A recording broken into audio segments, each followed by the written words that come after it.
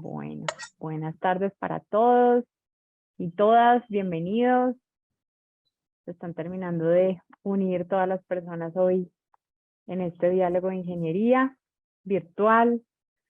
Buenas tardes, bienvenidos nuevamente a este espacio de nuestra Facultad de Ingeniería, los diálogos de ingeniería, en donde queremos que nuestros profes y nuestros estudiantes de ingeniería compartan con invitados del sector externo, que estén liderando todas esas soluciones de innovación, todas estas propuestas disruptivas desde la ingeniería. Nuestro diálogo de hoy se titula El disruptor del futuro puede estar en cualquier lugar, y para encontrar cuál es ese lugar, vamos a conversar justamente sobre modelos de innovación abierta y el perfil requerido para ser un innovador disruptor con 3 expertos. Está Nicolás Villa, gerente regional de Wasoku y fundador y director de Inspiration Change. Nicolás es egresado en Ingeniería Civil de Uniandes y es experto en innovación abierta, en gestión de proyectos y en incubadoras de intraemprendimientos dentro de las organizaciones. También nos acompaña el doctor Carlos Olimpo Mendivil, profesor titular de la Facultad de Medicina de la Universidad de los Andes y ganador de un reto de la Universidad de Harvard con su proyecto que no conocemos para curar la diabetes tipo 1. El doctor Mendivil es médico de la Universidad Nacional de Colombia, donde también realizó su especialización en estadística, y es magíster en Clinical Trials de la Universidad de Oxford y PhD en Bioquímica Nutricional y Metabolismo de la Universidad de Harvard. Y para moderar este diálogo, invitamos a nuestro profesor David Vigio, director del Departamento de Ingeniería Biomédica, y quien estuvo liderando antes de volver a la academia y a su alma mater, grandes proyectos de innovación y emprendimiento en distintos sectores industriales. Entonces, pues muchas gracias a nuestros 3 invitados, gracias por acompañarnos, por venir a este espacio de interacción con nuestros estudiantes, con nuestros profesores, con nuestros egresados que se unen también, y los dejo entonces en esta charla muy cercana, liderada por nuestro profe Vigio. Bienvenidos a todos. Bueno, Mónica, muchas gracias. Buenas tardes para todos. Nicolás, Carlos, es un placer para mí poder pues llevar esta charla aquí entre nosotros, hablando de disrupción, hablando de innovación. Y tal vez, Nicolás, para empezar, y para los dos, hablemos con la audiencia de qué es para ustedes la innovación y además esa innovación abierta que ahora le damos un apellido a ciertas cosas. Bueno, súper, David, muchísimas gracias. Primero, mil gracias a la universidad y a la Facultad de Ingeniería por la invitación. Me encanta estar acá, me encanta estar hablando de innovación como siempre y más de innovación abierta. Y sobre todo con ustedes, Carlos, le tengo un respeto y una admiración enorme. Sé lo complicado que es ganar un reto de innovación abierta en Innocentive. Sé lo que tuvo que hacer para ganar este reto y que tanto se estresó con el problema, pero bueno, yo creo que ese es el propósito de la innovación. Más adelante nos contará como su propia experiencia. Si quieren, arranco con la respuesta. Nosotros tenemos una definición muy clara sobre innovación. Digamos que la innovación tiene diferentes definiciones. Cada quien y cada empresa incluso define cuáles son sus propias definiciones de innovación. Muchas veces se cruzan con transformación digital. La gente no sabe bien qué es, pero nosotros simplificamos la innovación y realmente decimos que es un proceso mediante el cual se desarrollan nuevos productos o servicios o se mejoran los existentes para crear nuevas formas de agregar valor. Y eso puede ser, sobre todo cuando estoy hablando en el sector privado, cuando estoy hablando de organizaciones, hacia el exterior de la compañía, o sea, con un cliente externo o con un cliente interno. Pero realmente es todo proceso en donde entro a crear algo nuevo o a mejorar de tal forma que termine creando valor. Y esto es algo importante. La innovación no es solo la ideación, la innovación es un proceso completo que parte de un entendimiento, de una investigación y de un análisis bastante profundo hasta el desarrollo y el despliegue real de una solución en donde termino agregándole valor a la sociedad. Y el valor termina representándose en uso. Si no agrego valor, no hay uso de las soluciones que estoy prestando, ¿no? Es interesante. Incluso la academia seguramente tiene una definición muy diferente. Yo trabajo en el sector privado y tenemos ese foco claro en el uso definitivo de mi usuario externo o interno. Y la innovación abierta realmente es, y creo que es más fácil explicar qué es la innovación cerrada y después abrir a la innovación abierta, pero la innovación abierta parte del principio de que antes las organizaciones, incluso eso pasó a principios, digamos que el cambio se da más o menos en la mitad del siglo XX, pero realmente las empresas con departamentos de investigación y desarrollo bastante robustos tendían a crear muros alrededor de esto, ¿no? Hagamos de cuenta que estamos como una ciudad medieval y las diferentes organizaciones crean muros, incluso las universidades, y cada quien protege de manera como drástica y sobre todo no protección estratégica su propiedad intelectual. Ustedes que trabajan en el sector académico nos pueden contar un poco más cómo se producen esas, digamos que esas protecciones, pero antes nadie se conectaba con nada y de pronto empieza el sector académico a revolucionarse, empieza a democratizarse la educación, eso termina democratizando la tecnología, que termina democratizando el conocimiento y empieza a haber cosas interesantes afuera de estas ciudades medievales, ¿no? Empiezan a aparecer Steve Jobs, empiezan a aparecer personas que con recursos muy bajos logran crear propuestas muy interesantes. Y también empieza a haber una dinámica diferente en el trabajo. Ya la gente no estaba trabajando toda la vida en su misma empresa, sino que rotaba de una empresa a la otra.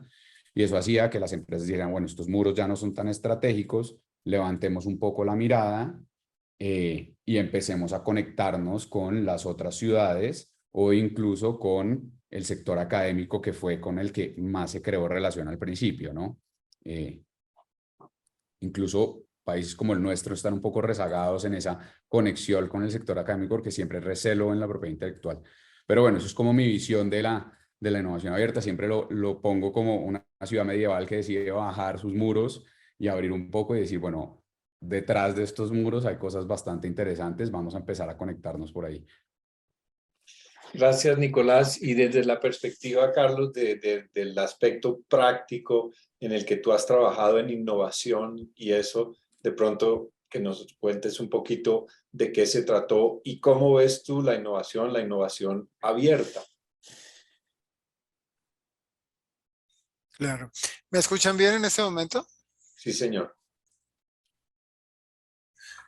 Bien, gracias. Bueno, yo pienso que todo parte de una necesidad, que es la necesidad de tratar de recoger la mayor cantidad de experticia posible, utilizando la menor cantidad de recursos posibles. Así fue como yo lo entendí. Me parece que ellos le decían the wisdom of crowds. Era como tratar de colectar la sabiduría del colectivo y en vez de pronto casarse con un oferente y con la solución que ofrece una persona que puede ser muy experta, pero que indudablemente no se la sabe todas, hacer como algo similar a una subasta intelectual o algo similar a una licitación intelectual en la cual se ofrece un problema, ofrezcan soluciones y hay un premio. Entonces sé que es uno de muchos modelos y uno de muchos mecanismos que se han gestado para hacer eso. Pero la idea es que indudablemente hay una cantidad de recurso intelectual y académico, sobre todo en los países en desarrollo, que está sin explotar o sin aprovechar. Y entonces la idea es, ¿por qué no dar una oportunidad a que todas estas personas que pueden tener soluciones compitan entre sí, compitan con la mejor y la probabilidad de que obtengamos algo que pueda ofrecer una solución real y un uso o que se preste a la adopción y al uso temprano, pues es mayor, ¿no? Por ejemplo, me sorprendió mucho cuando comencé a revisar, pues, obviamente el reto que yo participé era biomédico, pero a raíz de eso me empezaron a llegar los mails de Innocentive y esto, y entonces yo me metí a ver y veía muchos retos que eran posteados por la Fundación Corona, es decir, yo no podía creer que de Colombia no solamente estuviéramos vendiendo nuestro cerebrito, sino que también había empresas interesadas en participar desde el otro lado. Y así, no era el único, pero era varias. Entonces me parece un modelo interesante, es un modelo de vamos a buscar lo mejor ofreciendo un estímulo y, de una manera muchísimo más amplia para que mucha gente pueda traer lo que tiene por ofrecer. Y bueno, me parece súper. Gracias, Carlos. Y eso pues me permite tal vez entrar en una siguiente pregunta relativo al comentario que tú acabas de hacer, y es, ¿qué caracteriza estos modelos exitosos en las organizaciones de innovación abierta? O sea, creo que Nicolás nos puede dar de repente un ejemplo y el contexto un poquito de lo que hace Innocentive y de este tipo de retos y quiénes los proponen y qué es lo que se espera que ocurra en esas situaciones, Nicolás. Claro, claro, y yo creo que es importante contextualizar a todos. Recuerden que cualquier pregunta que tengan, nosotros estamos súper pendientes del chat y los podemos ayudar, pero digamos que la innovación abierta y crowdsourcing son términos incluso muy nuevos, o sea, llevan más de 20 años y 25 años dentro del sistema, pero se siguen como que son términos que han tenido una lenta apropiación. Pero la innovación abierta sí ahorita es súper popular.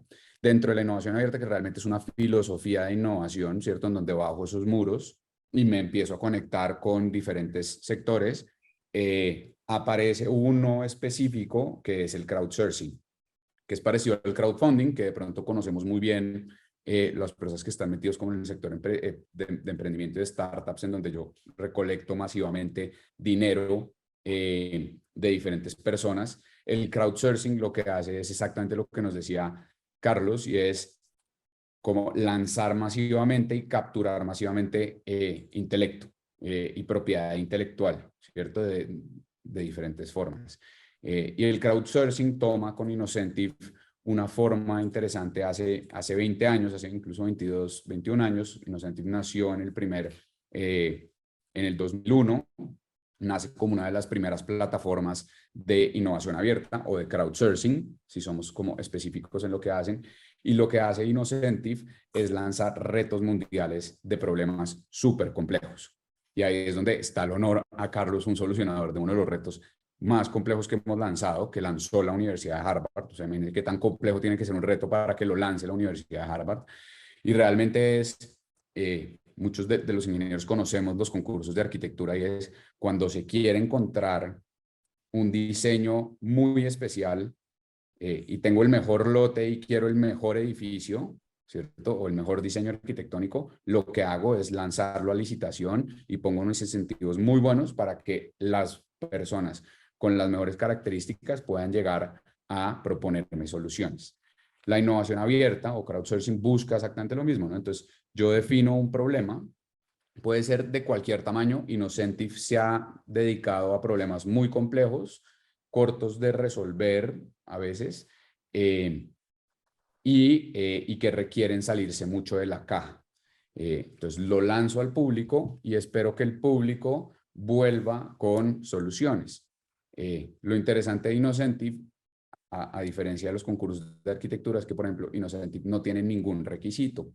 Entonces, cualquier persona puede participar. Incluso otro de los ganadores colombianos, que se los traeré a otro webinar, tenía 16 años cuando ganó su primer reto. No sabía nada de inglés. Y él me contaba que la solución tenía un diccionario en mano y estaba escribiendo, porque en ese entonces no había los traductores que tenemos ahorita, y literalmente palabra a palabra la tradujo y logró resolver un reto, además de ciencias sociales, siendo ingeniero mecánico. Entonces pasan esas cosas en donde Harvard recibe soluciones de Colombia, ¿no? Que de pronto no sería el sitio de colombianos, de investigadores colombianos, no serían los primeros que irían a buscar a la hora de buscar soluciones a problemas que ellos no han logrado resolver. Nos ha pasado lo mismo con la NASA, un peruano, por ejemplo, retirado de 65 años, perdón, ingeniero mecánico, en Perú resolvió un reto para la Fuerza Aérea de los Estados Unidos. También ha pasado con la NASA y con diferentes retos, pero bueno, lo que hacen es literalmente lanzar retos y se esperan soluciones. Obviamente, a cambio de incentivos incentivos que rondan alrededor de los 10.000, 20.000 dólares, dependiendo de qué tanta gente gane y de qué tantas ideas se reciban. Y de repente, para escuchar un poco de la experiencia de Carlos, ¿cuál fue el reto y cuál fue la propuesta de la solución? Sí. Era un reto sobre una enfermedad que se llama la diabetes tipo 1. La diabetes tipo 1 es una enfermedad autoinmune. Digamos que hay varios tipos de diabetes. La común y silvestre, la que todos estamos familiarizados, es la tipo 2, que tiene que ver con obesidad, malos hábitos alimenticios, sedentarismo, etcétera. Esa es la tipo 2, que es la común y silvestre, la sabor a vainilla. Y luego tenemos la diabetes tipo 1, que es una diabetes de etiología inmune, que se causa porque el sistema inmunitario se equivoca, ataca y destruye a las células que producen la insulina. Entonces el paciente se queda sin insulina, a diferencia de la tipo 2 que es en adultos. Esta es más frecuente en niños y adolescentes. A diferencia de la tipo 2 que no tiene preferencia racial, esta es mucho más prevalente en personas de raza blanca o caucásica.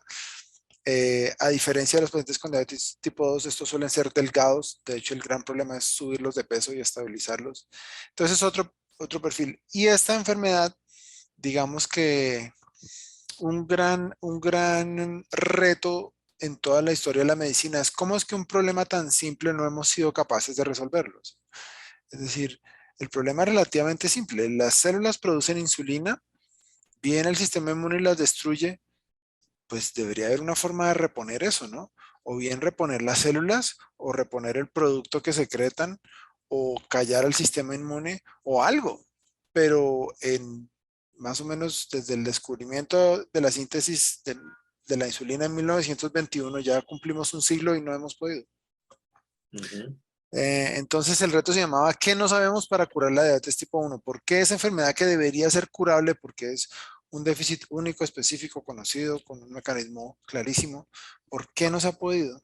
Entonces ellos lanzaron esto eh, y digamos que la propuesta que yo hice fue, se llamaba liposomas, smart liposomes, como liposomas inteligentes. Y es difícil de explicar en un background biomédico, pero David me va a entender, y algunos otros ingenieros biomédicos que estén conectados, o personas de la biología, pero en general es crear partículas muy pequeñas que pudieran ser direccionadas mediante de una forma que es plausible que se pueda hacer, para que solo se dirijan a las células de estas que producen insulina, que se llaman células beta, que todavía le quedan al paciente, y tengan un cargo en su interior que las estimule a dividirse y a reponer esa masa que se perdió. Entonces tiene que haber una forma de direccionarlas allí y una manera de activarlas una vez que alcanzaban el sitio correcto, el tejido correcto. Esa fue la propuesta y digamos como una viabilidad técnica de cómo sería eso. Obviamente uno sabe toda la propiedad intelectual y ya está, es de parte del oferente cuáles propuestas quiere desarrollar o quiere mover a un modelo de aplicación. Pero fue un reto muy interesante y tengo entendido que hay tests de esa solución preclínicos. Entonces, de eso se trataba. Ese era como el espíritu de la propuesta. Qué chévere, qué interesante. Y pues escuchando la introducción de Nicolás, oyendo ahorita a Carlos, tal vez como Mónica lo mencionó, a mí el tema de la innovación y eso también me ha gustado. Yo aquí le pregunto nuevamente a Carlos, a veces las personas piensan que para innovar hay que hacer una gran cantidad de investigación y a veces la innovación pues consiste en utilizar cosas existentes. ¿Qué tanto, Carlos, de lo que tú propusiste fue así nuevo que requirió investigación y qué tanto eran de cosas que estaban alrededor que se podían utilizar de una forma diferente? Claro. Es una pregunta súper importante. Yo diría que 80-20. O sea, sí había una cantidad de herramientas que ya estaban allí y que un poco todo el mundo conoce, pero sí hubo algo que lo hizo viable, que fue nuevo, que sin eso no se podría. Entonces creo que tienen que haber los dos ingredientes. Por más que parezca un pleonasmo, ¿no? Hablar de que hay algo nuevo en la innovación. Sí debe haber algún grado de originalidad para que entre toda la gente que se quiere ganar los $10,000 no se le ocurra a alguien. Entonces, Mm. sí tiene que haber un componente de otro enfoque, de otra perspectiva, de otra técnica analítica, algo que por supuesto lo haga más viable. Pero sí es cierto que en gran medida muchas de las herramientas básicas siempre han estado ahí.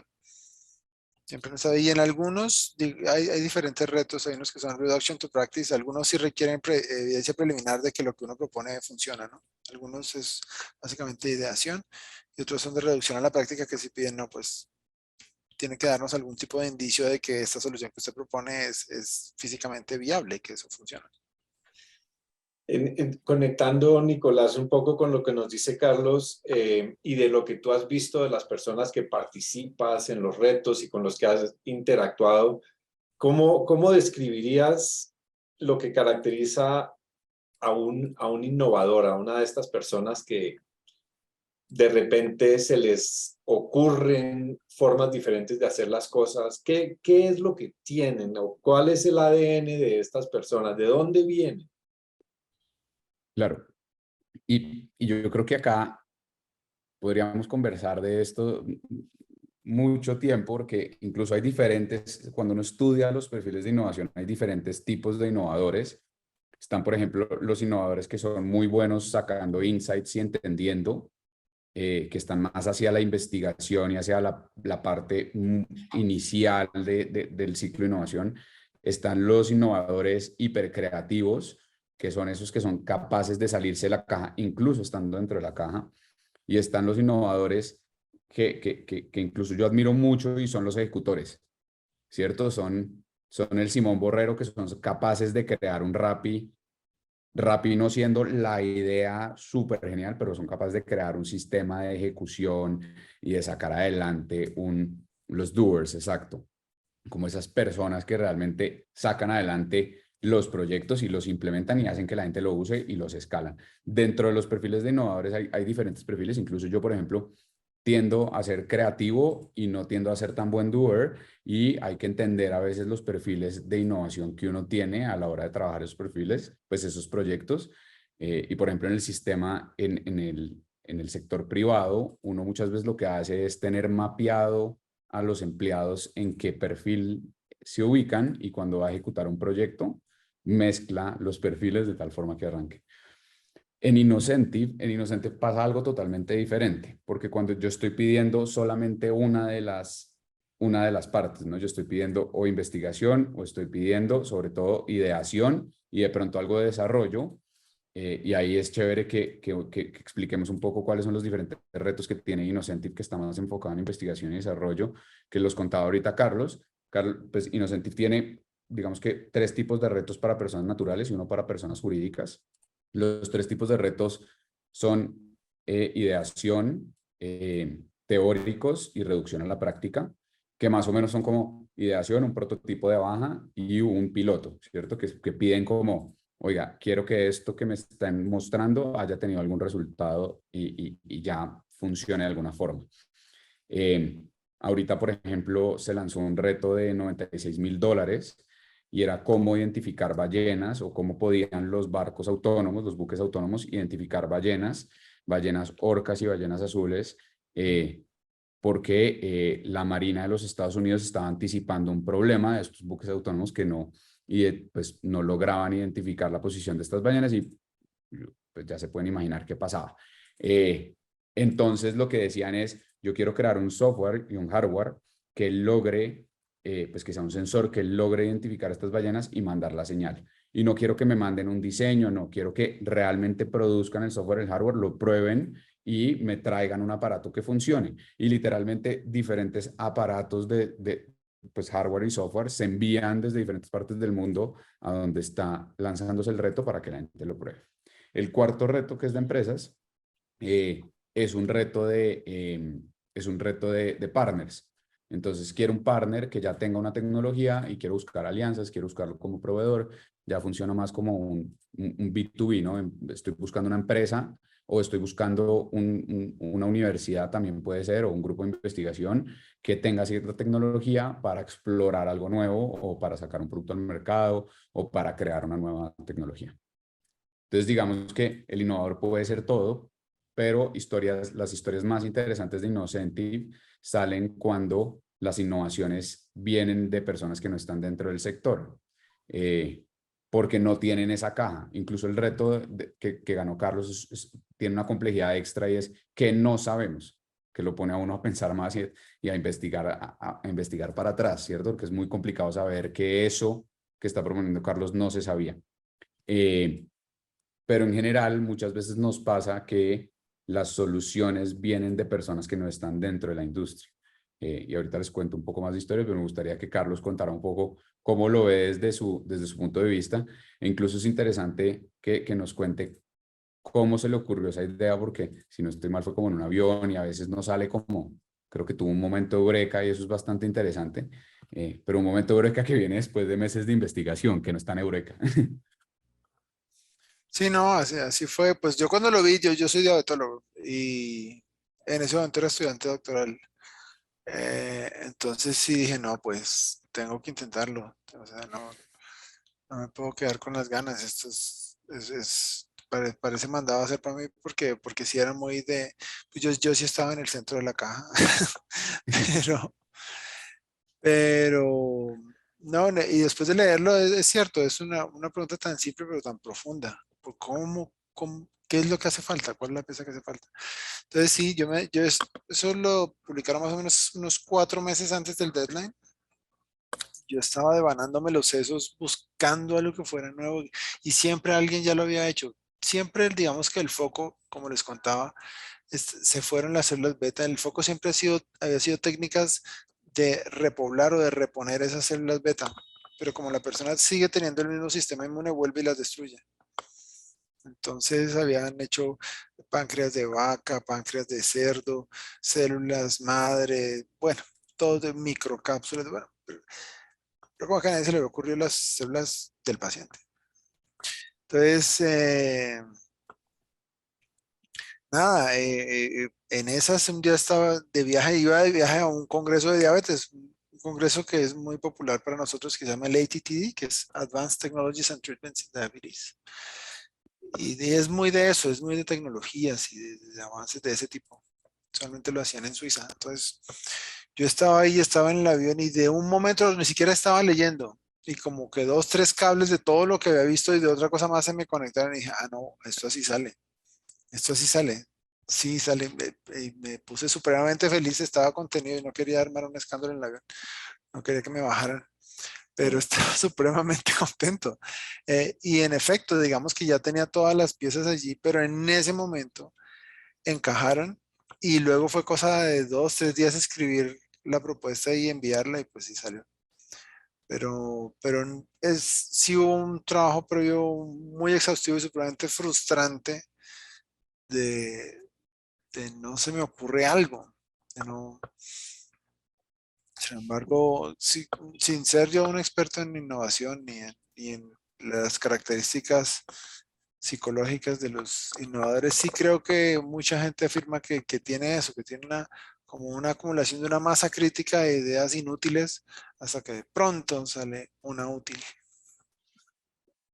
Sí, Nicolás, yo pienso a veces de que la gente necesita un contexto, ¿no? Para hacer innovación. A uno no se le ocurre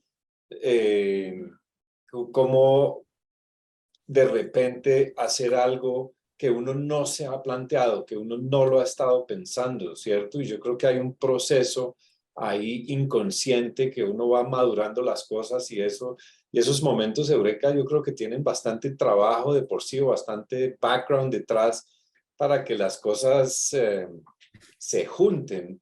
Pero yo a veces pensaba, ¿no? Porque preguntan, bueno, ¿y qué se necesita para innovar?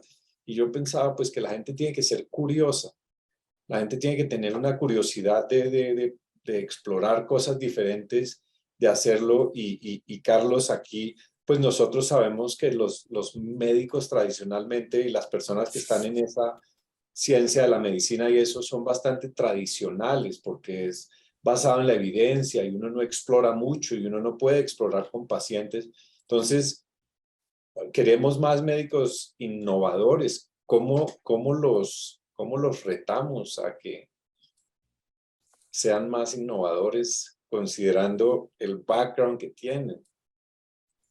Yo pienso que parte de eso está en la formación temprana, en la formación del pregrado, y en ese caso tengo que hacerle un poquito de propaganda a la facultad.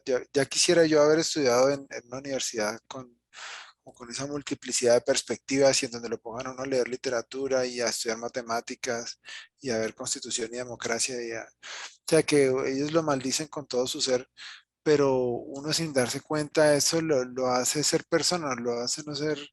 Mi papá es médico y decía, mi hijo, no sea un burro con bata, o sea, ser una persona integral, tener una perspectiva que trasciende el uso de la medicina, porque si no uno se vuelve un técnico y eso les digo yo a los estudiantes, o sea, todo va a que la educación médica sigue siendo tradicionalista, pero lo es mucho menos que antes, sigue siendo jerárquica, pero lo es mucho menos que antes, sigue siendo castradora, pero lo es mucho menos que antes. Eh, Sí, ¿no? Y en la medida en que a uno le permiten también crear y salirse un poco y que haya, digamos, un conducto regular para esas nuevas ideas, que no sea algo completamente descabellado y que con toda la cultura ahora de los clinical trials y que no sé si le pueden ocurrir muchas cosas, lo que tienes que probarlas y el método para probarlas es este. Ujú. Eso ha hecho más viable el hecho de que haya más médicos y uno lo ve en los egresados nuestros, ya no todos, antes de mi época todos decían, ¿usted qué va a hacer? ¿Psiquiatra, ginecólogo, cirujano, internista? Esa era la pregunta, ¿sí? Y ahora no, ahora tenemos unos que tienen historia de literatura, hay unos que son gerentes de hospitales, hay unos que son salubristas, hay unos que son excelentes internistas, hay unos que estamos ahí como en varios lados, pero sí, esa caja se está abriendo un poco y creo que es concebir otras maneras de educar a las personas y de formar su mente para que sean personas integrales, amplias, completas y no técnicos, porque también eso se los digo, nosotros, si usted lo que necesita es decir, si tiene la troponina por encima de 12, póngale nitroglicerina, eso lo va a hacer inteligencia artificial mejor que nosotros en 5 años. Es más, yo creo que ya lo hace mejor, sino que no lo hacen por lástima.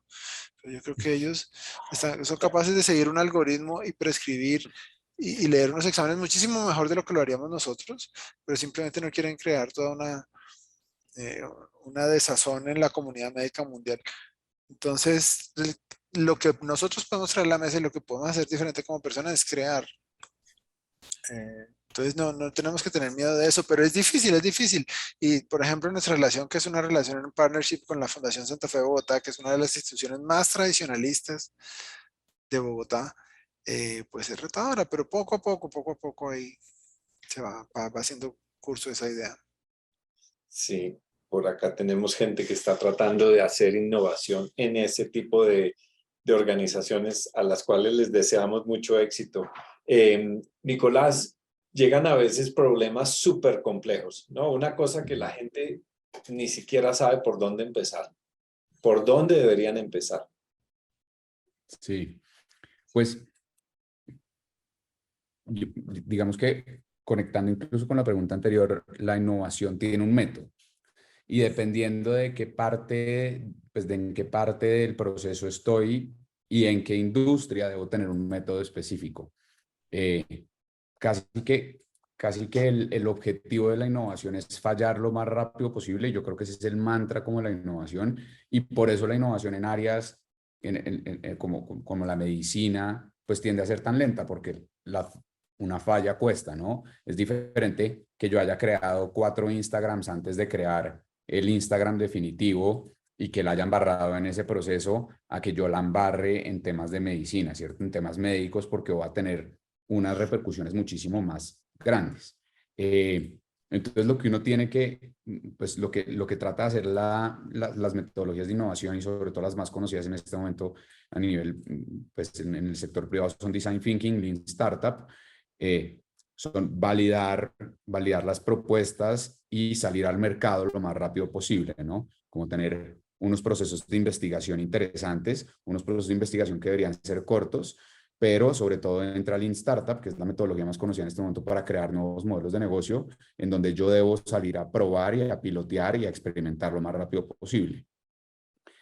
De eso depende en qué sector, ¿cierto? Si yo estoy probando una nueva plataforma de aprendizaje en innovación, hágale tranquilo y al mes y con mal contenido y de pronto sin la mejor calidad del mundo puedo salir a probar mi mercado e incluso puedo salir con algo que se llaman productos fantasmas, que es productos que engañan al cliente y hacen parecer que digamos que la solución existe, pero no existe.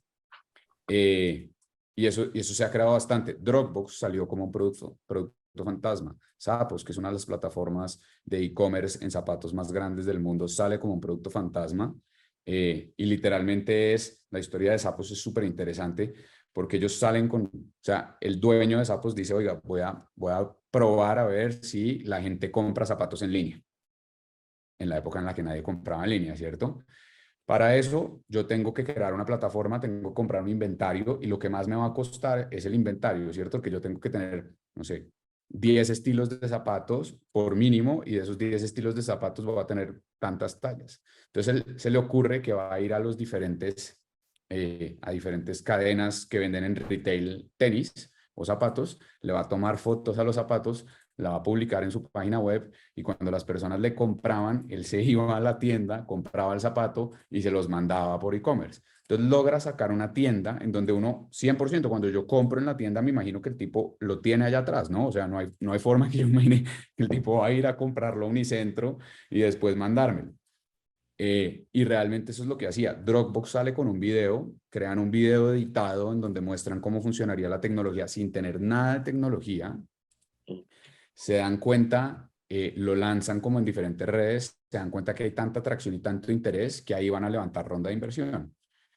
El contraejemplo de esto y es un gran documental que se deben ver, es el documental de Theranos.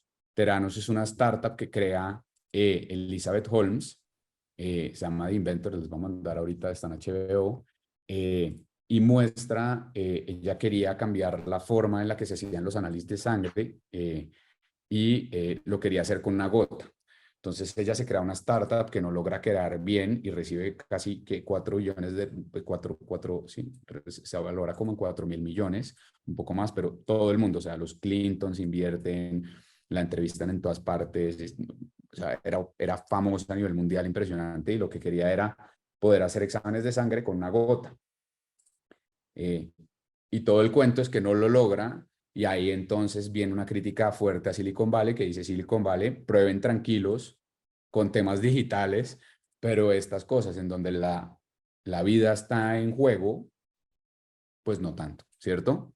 Como que tiene que tener otros procesos de validación. Se Claro, los voy a mandar porque es muy puedo interesante. anotar algo ahí, que esa historia de Sí. Teranos es terrible y es muy, es un contraestudio de caso.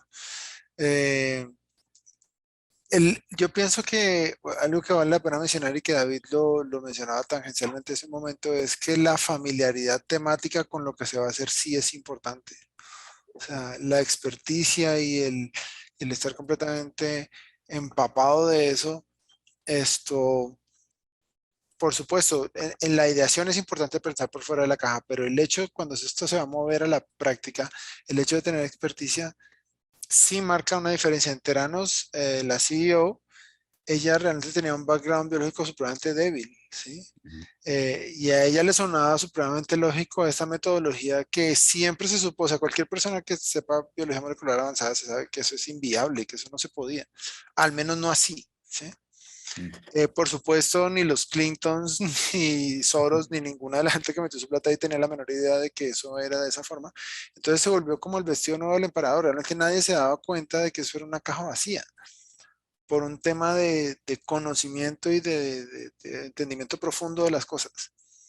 Entonces, sí es importante saber que, claro, es muy importante ver las cosas de otra perspectiva, contar con otros puntos de vista, pero en algún punto de ese camino es crítico como el conocimiento profundo, como la experticia técnica, o es mi parecer. Sí, a veces ese tipo de cosas, Carlos, lamentablemente lo que causan es que esa necesidad que se identificó y que es válida y que es muy importante, que alguien viene y de repente por las razones que sea propone una solución no adecuada, perjudica a los que vienen detrás que sí deberían resolverla, ¿no? Entonces también hay que entender por qué las cosas fallaron y eso. Aquí Lorna nos levantó la mano y después se animó a escribir la pregunta, pero Lorna, si quieres abrir tu micrófono y hacer tu pregunta, te escuchamos. Si Lorna puede hablar. ¿Pueden ellos hablar, Moni? ¿Están con los micrófonos habilitados? Oh, mientras tanto, voy leyendo lo que Lorna pregunta Ahí es, ya la tiene Lorna Lorna, ¿puedes el hacer tu pregunta? permiso.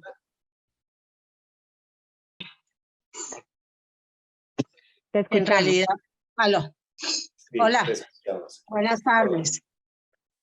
No, en realidad mi inquietud es en todo este proceso de innovación. Hola a Nicolás. Es en qué momento uno con una idea que viene desarrollando debe poder salir sin correr el riesgo de esas que mencionaba, que fue un fracaso con el tema de la sangre. ¿Y cuál es el riesgo que corre la marca que usted eventualmente podría tener en ese momento?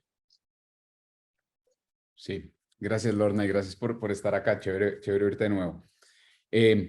Digamos que depende mucho si yo estoy hablando de productos digitales o no, tengo que tener muy claro el impacto que va a producir en mi cliente cuando cuando hago un producto fantasma y tengo que ser respetuoso, ¿no? Hay otra historia de un producto fantasma que no se vende como un producto fantasma de innovación, pero es el Fire Festival, que también es un documental en Netflix, en donde una persona lanza toda una fiesta sin tener preparada la fiesta y la gente llega a una isla en las Bahamas y no hay nada. Eso es un producto fantasma. Lanzó una idea súper clara de algo que iba a lograr y no estaba fundamentado en nada. Diferentes escalas con terrenos, pero parecidos esos conceptos. Entonces yo tengo que primero, cuando hago productos fantasmas, ser respetuoso, ¿cierto? Como Dropbox, esto es un video, lo voy a postear, no estoy vendiendo, no estoy cobrándole a nadie, estoy esperando likes para poder mostrarle a alguien esto. Y en el caso de Zappos, por ejemplo, tengo la seguridad de que la persona va a ir a comprar el zapato porque él tenía acuerdos con las diferentes tiendas para comprarlo. Entonces tengo que ser respetuoso en ese sistema. Para que las marcas no corran riesgo, normalmente en productos fantasmas lo que tengo que hacer es hacer marcas blancas. O para que no se alineen en eso. Y con Constructora Bolívar, por ejemplo, creamos una marca blanca en un proyecto de sostenibilidad, y yo creo una marca que no existe, pero que está parada, o sea, detrás, pero nadie lo ve, sobre la marca principal, ¿no? Entonces, pues teníamos un proyecto en Constructora Bolívar de responsabilidad social y queríamos ver si ahí iba a haber una acogida interesante, y claramente cuando yo digo, no sé, Constructora Bolívar saca un servicio y después lo quito porque, no sé, digamos que yo esperaba que lo usaran 4.000 personas y lo terminaron usando 100 y yo lo apago, esas 100 se me van a convertir en retractores fuertes, pero pues tiene todo el sentido apagarlo, ¿no? Porque yo esperaba 4.000. Entonces lo que yo hago es salir con otra marca, incluso esa marca se llamaba La Besi, y decía La Besi apoya Constructora Bolívar. Y esto es una maña de innovación. Y la saco, miro a ver, tuvimos la acogida de los 4.000, entonces después dijimos, esto es de Constructora Bolívar y apagamos la otra marca, ¿cierto? Pero siempre siendo respetuosos, realmente el producto servía, estábamos haciéndolo con buena calidad, o sea, creo que hay que ser arriesgados, pero siempre hay que ser respetuoso con el usuario con el que uno va a trabajar, que eso, por ejemplo, Elizabeth al final, porque probó las máquinas realmente, o sea, las puso a funcionar y decía que estaban funcionando. Eso es ya perder, o sea, ya estoy en el hilo ya estoy del otro lado, estoy haciendo algo ilegal. Entonces sí, digamos que hay mañas para hacerlo, son interesantes y toca mirar cada uno de los casos. Pero bueno, muy buena pregunta, es chévere. Tenemos a Daniel Carrasquilla. Hola, buenas tardes. ¿Cómo están? Te escuchamos. Hola. Mi duda es sobre todo en cuanto a los sectores que son tradicionales, es decir, ¿qué consejos ustedes podrían entregarnos, pues, digamos los que estamos presentes acá? Tenemos una idea, es una idea buena, tiene, digamos, los requisitos que plantean, es muy respetuosa, pero también, digamos, es arriesgada en algunos aspectos. Tengo conocimientos desde el punto de vista de experticia, pero también no estoy dentro del sector. O sea, digamos que tengo todos los requisitos, pero muchas veces el inconveniente casi siempre es en cuanto a que la industria donde lo quiero plantear es muy tradicional. Lo hago como ejemplo, digamos, en la justicia. Implementar innovación muchas veces en justicia, sobre todo desde el punto de vista de un área pública o no sé, necesita una gran cantidad de requisitos y cambiar, digamos, como la mentalidad muchas veces de personas que llevan 20 o 25 años trabajando en estas áreas y creen, digamos, que lo están haciendo de manera correcta, respetuosamente, o sea, ¿verdad? Sí lo están haciendo bien, pero pueden hacerlo mejor. ¿Qué consejos ustedes pueden ver de poder llegarles a plantearles y que realmente sea un convencimiento, no solamente como que digan, ah, sí, está chévere, pero pues yo no me voy a meter en ese cuento? Digamos, ¿qué consejos podrían dar para una persona que tuviera, digamos, ese tipo de situación? ¿Qué dice Nicolás? Sí, eso es una discusión interesante porque uno se le vienen un montón de ejemplos que la han embarrado, pero también un montón de ejemplos muy buenos como las criptomonedas, por ejemplo. Y yo creo que volvemos a la definición de como las criptomonedas. Uber, que se fue súper en contra de todos los sistemas tradicionales, bueno, las criptos ni hablar, pero pues yo creo que vuelvo a la pregunta inicial, a la definición de innovación, y es, ¿creo valor o no creo valor? Si estoy creando valor, es que el sistema, si estoy creando valor y estoy teniendo tracción sobre mi solución, es que el sistema puede estar listo a pedir este cambio. Y depende de lo que esté tratando de romper, ¿no? Como dice Silicon Valley, move fast and break things. Entonces, lo que tenemos que tratar de ver es que estoy tratando de romper y que eso sí tenga sentido dentro de la ética, y eso es otra discusión de si vale la pena o no romperlo, por ejemplo, con las criptomonedas, pero al fin y al cabo las criptomonedas están resolviendo un problema fundamental, y son esos intermediarios, es el problema para hacer transacciones internacionales, es la trazabilidad de las transacciones.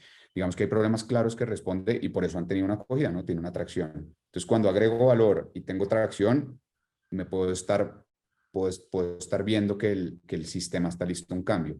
Ahora, eso se demora. Las criptomonedas llevan mucho tiempo y apenas están levantándose y han tenido ups and downs bastante fuertes, ¿no? Y a veces también la tecnología como tal no es suficiente, ¿no? La gente tiene que tener en cuenta de que resolver algo tecnológicamente no quiere decir que va a ser adoptado por la sociedad. Yo creo que la gente tiene que entender cómo funcionan las empresas, cómo funcionan los individuos, cómo puede haber éxito, la comunicación, de cómo se puede contar la historia de lo que uno está haciendo que la gente no conoce. Creo que es tan o más importante que la tecnología. A veces no gestionar la innovación, que es algo que estamos tratando de enseñar aquí desde la universidad, pues también es un reto como crear, como hacer. Cambiando un poquito de tema y pensando en las cosas que hablamos de lo abierto de esta innovación y de permitirle a otras personas de repente que aporten o de conversar. ¿Cómo va el tema de la propiedad intelectual, Nicolás, Carlos? O sea, la gente a veces se preocupa, wow, si yo hablo de mi idea, me la roban, pero si yo no hablo de mi idea, pues es difícil obtener, ¿no? Colaboración, input, apoyo. ¿Qué opina usted al respecto? ¿Qué opinan ustedes al respecto de la parte de la propiedad intelectual, de la protección?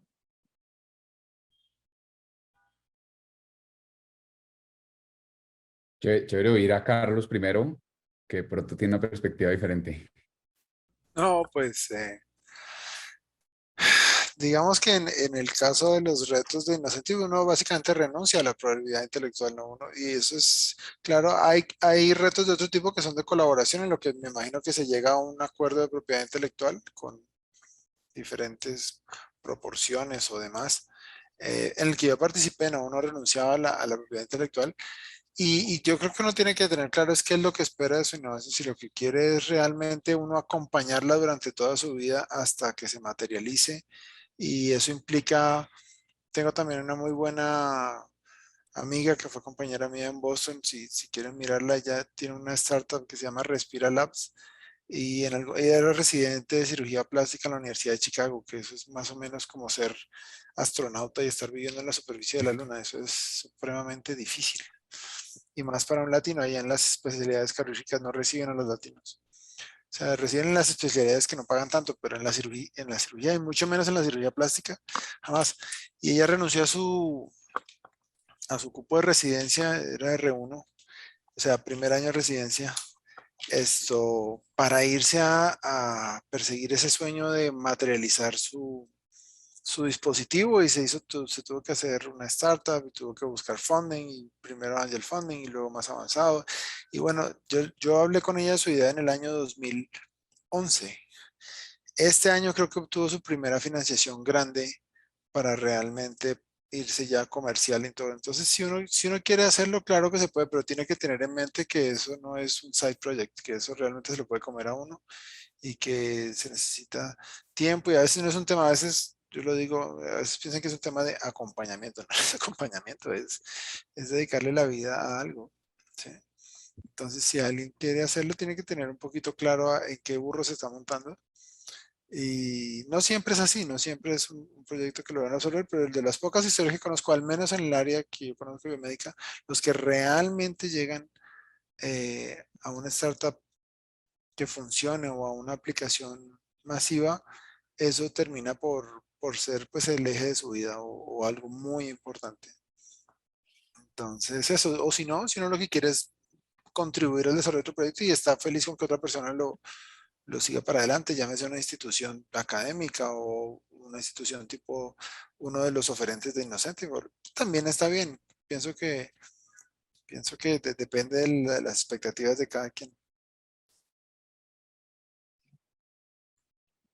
¿Qué se han visto, Nicolás? Ustedes, pues en las organizaciones en este tipo de reto, exigen, digamos, una vez que la gente sabe que tiene que renunciar a la propiedad intelectual, pues bueno, ya saben y algunos lo hacen por la razón que tengan para hacerlo, pero algunas personas realmente son muy cuidadosas y yo creo que no progresan porque no hablan con la gente que deberían hablar por miedo a que les roben su idea, que sí lamentablemente ocurre.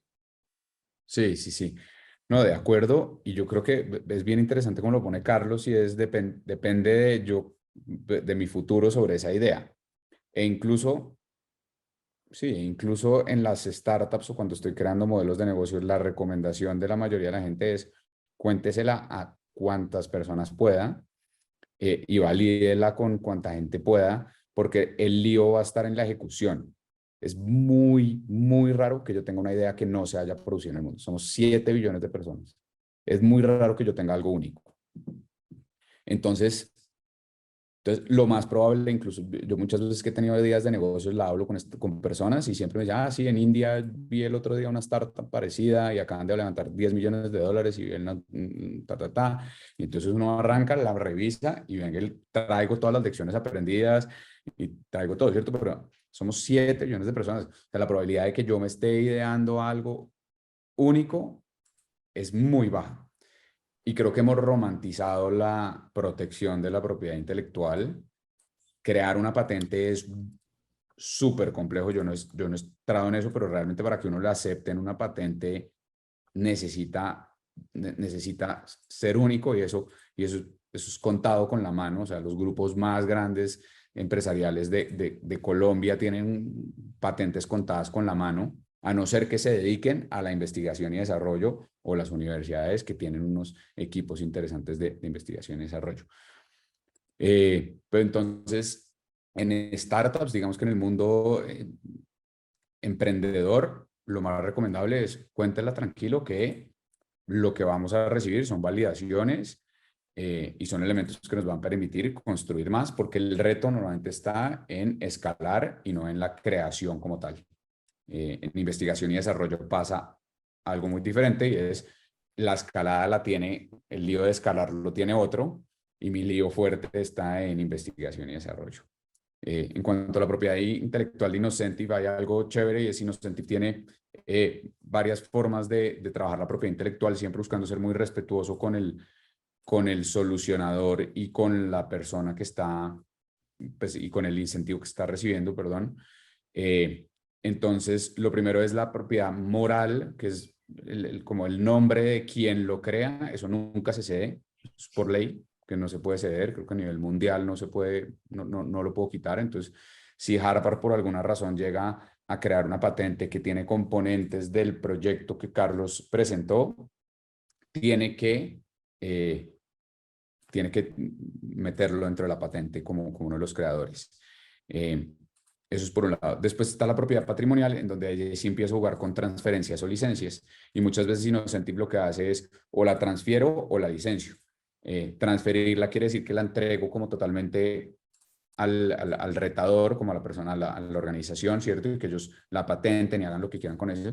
O la licencia quiere decir que yo tengo un control sobre ella más grande, pero ellos pueden hacer lo que quieran también con esa licencia que yo les estoy dando. Yo, por ejemplo, esperaba en Data ver claramente que los de transferencia tenían menor participación de los de licencia.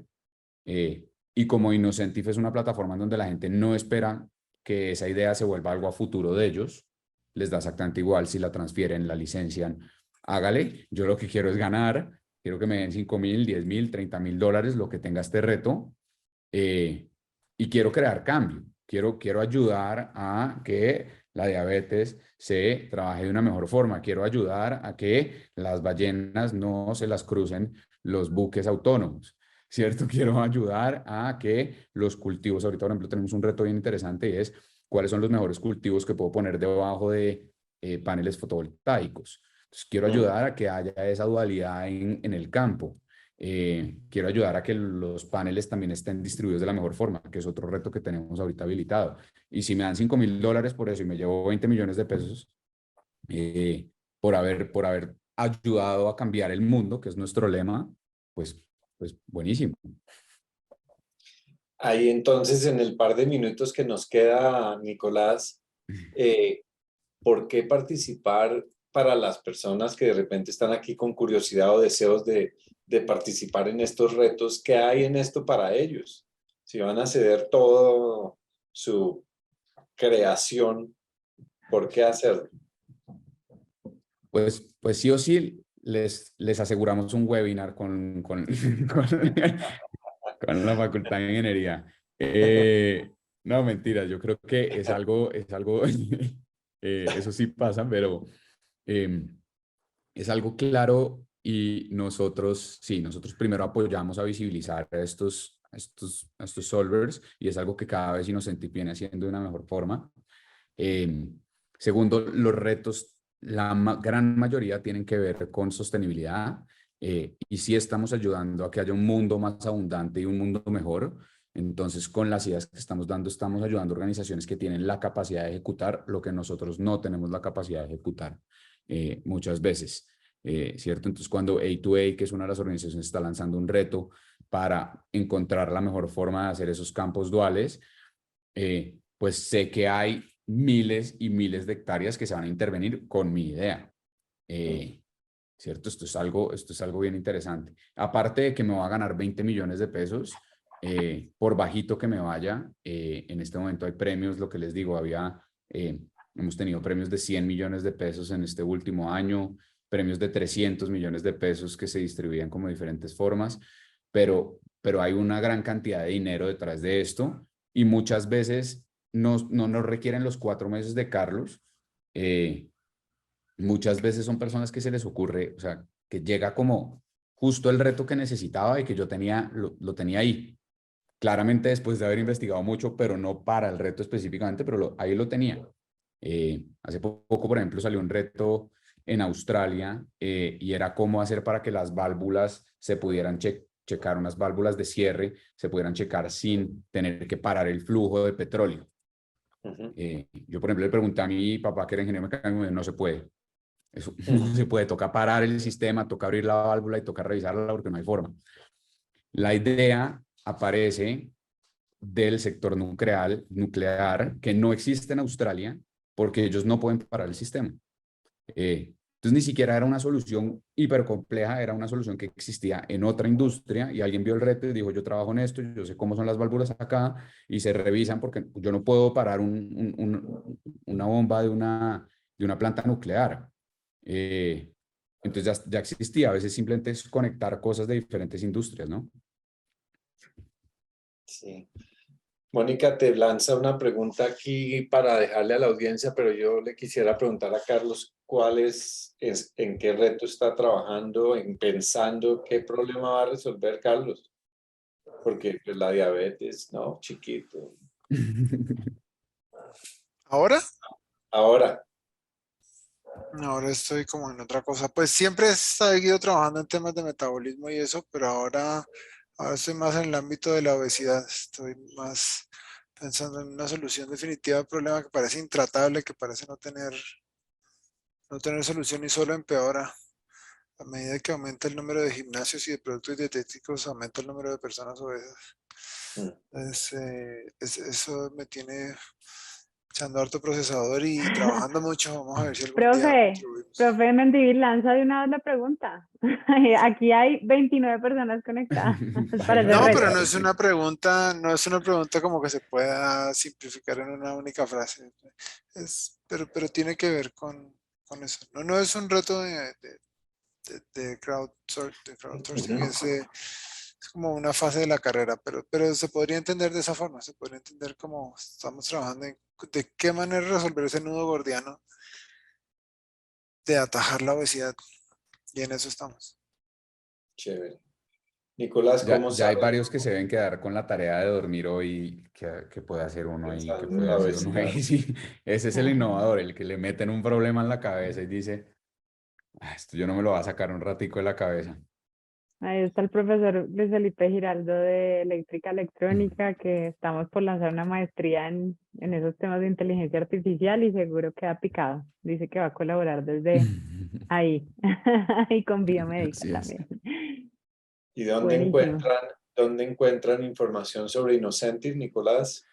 Ahí les envié el link en Ahí está el link. innocentive.com. Ahorita dentro de poco se va a pasar a esta página, pero seguramente los va a redirigir, pero Wasoku es la casa matriz de Innocentive. Acá, entonces pueden encontrar información en los dos.